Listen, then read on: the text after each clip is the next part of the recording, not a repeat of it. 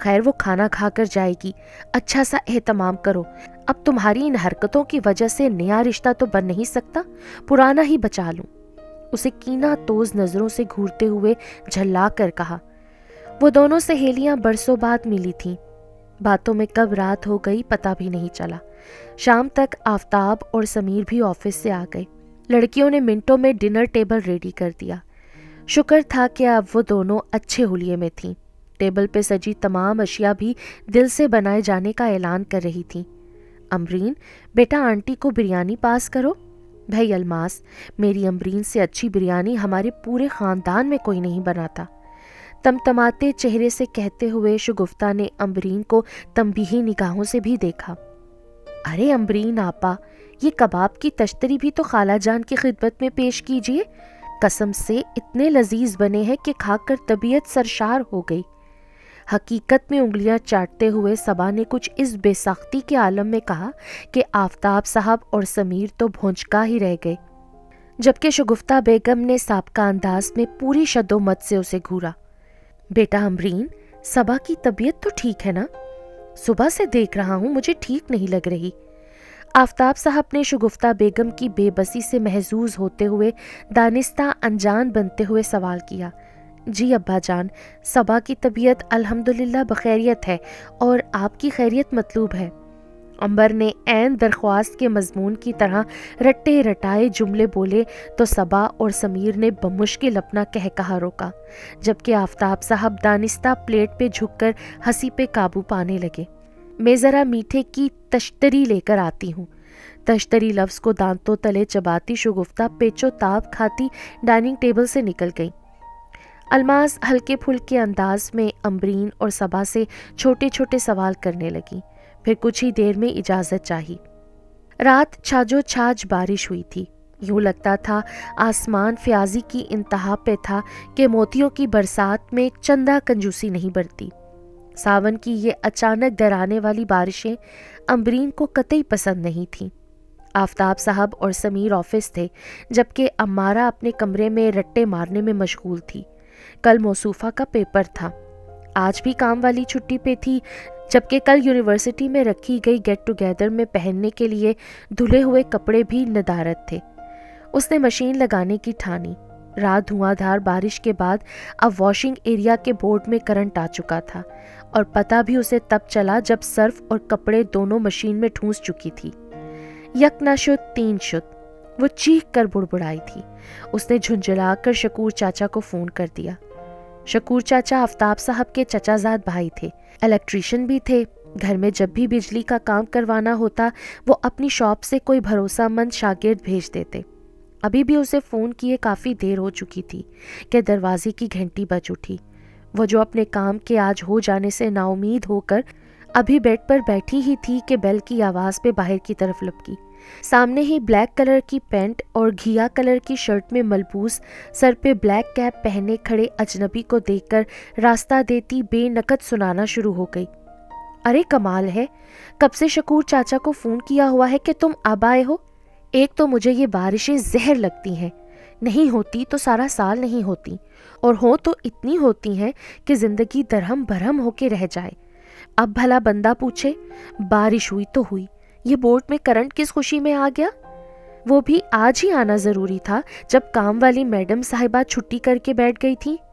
خیر اب تم بھی اب آ ہی گئے ہو تو سوئچ بورڈ اچھے سے ٹھیک کر دو تاکہ رات سے پہلے میں کپڑے دھو لوں۔ چلو لگ جاؤ کام پہ۔ اپنی دھن میں واشنگ ایریا تک پہنچ کر پٹر پٹر بولتی وہ جیسے ہی پلٹی، الیکٹریشین کے پیچھے الماس آنٹی کو دیکھ کر خجل سی ہو گئی۔ چلو بھائی مسٹر الیکٹریشین، لگ جاؤ کام پہ۔ کھل کر مسکراتی الماس آنٹی نے ساتھ کھڑے سجاد کو ایک دھپ رسید کرتے مسکرا کر کہا، ارے الماس اور سجاد بیٹا آپ آئے ہیں؟ امبرین تم انہیں یہاں کیوں لے آئی ہو؟ یہ تمہیں ڈرائنگ روم لگ رہا ہے کیا؟ کچھ عقل باقی ہے یا سب بیچ کے کھا گئی بے وقوف؟ ابھی آئی شگفتہ کی ان پہ نظر پڑی تو پہلا جملہ اچھے انداز میں ان لوگوں سے کہا، جبکہ دوسرے جملے میں زمانے بھر کی پھٹکار لیے امبرین کو لتاڑا جو پہلے ہی شرمندہ کھڑی تھی۔ ارے یہ تو سجاد کو الیکٹریشین سمجھی تھی، تبھی تو بورڈ ٹھیک کروانے یہاں لے آئی۔ الماس آنٹی نے لطف لیتے ہوئے ساری کہانی کہہ سنائی۔ جبکہ الماس کی بات سنتے ہی شگفتہ نے تیکھی نظروں سے امبرین کو گھورا۔ ارے بیٹا، تم میرے ساتھ آؤ، اور معاف کرنا، اس عقل کی اندھی نے تمہیں الیکٹریشین سمجھا۔ عقل ہوتی تو فرق سمجھ میں آتا ایک ہائی کوالیفائڈ بندے میں اور الیکٹریشین میں۔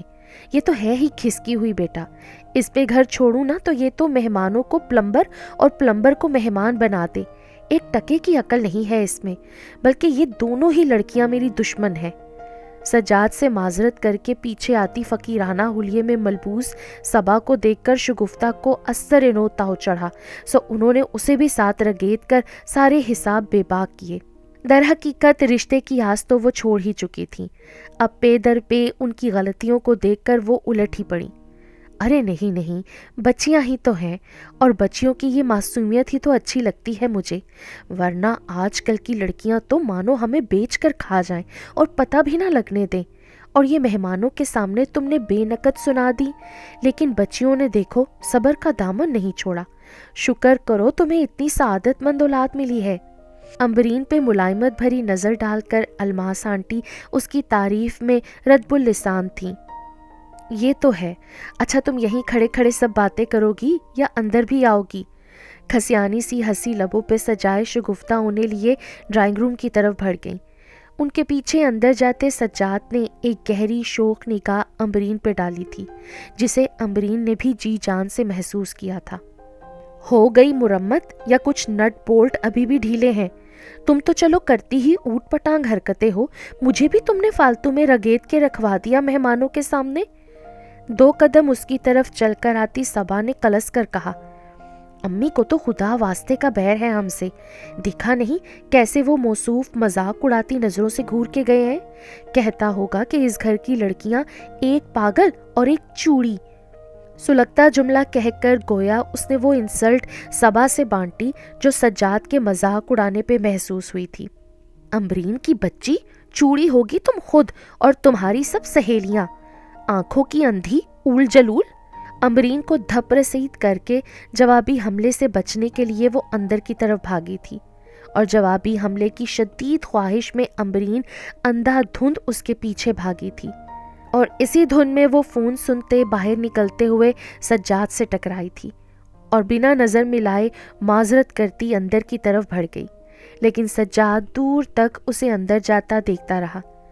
اسے اچھی لگی تھی، بہت اچھی، خوبصورت نقوش والی آندھی طوفان جیسی لڑکی امبرین۔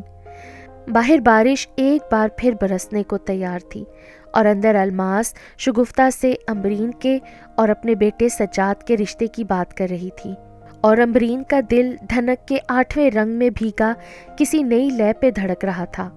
ہاں، محبت دھنک کا 8واں رنگ ہی تو تھی، جو رنگوں میں سب سے خوبصورت اور منفرد رنگ تھا۔ زیر لب مسکراتا سجاد موبائل کان سے لگائے اندر کی طرف بڑھا، اور دونوں سہیلیوں نے باہمی رضامندی سے ان دونوں کا رشتہ طے کر دیا۔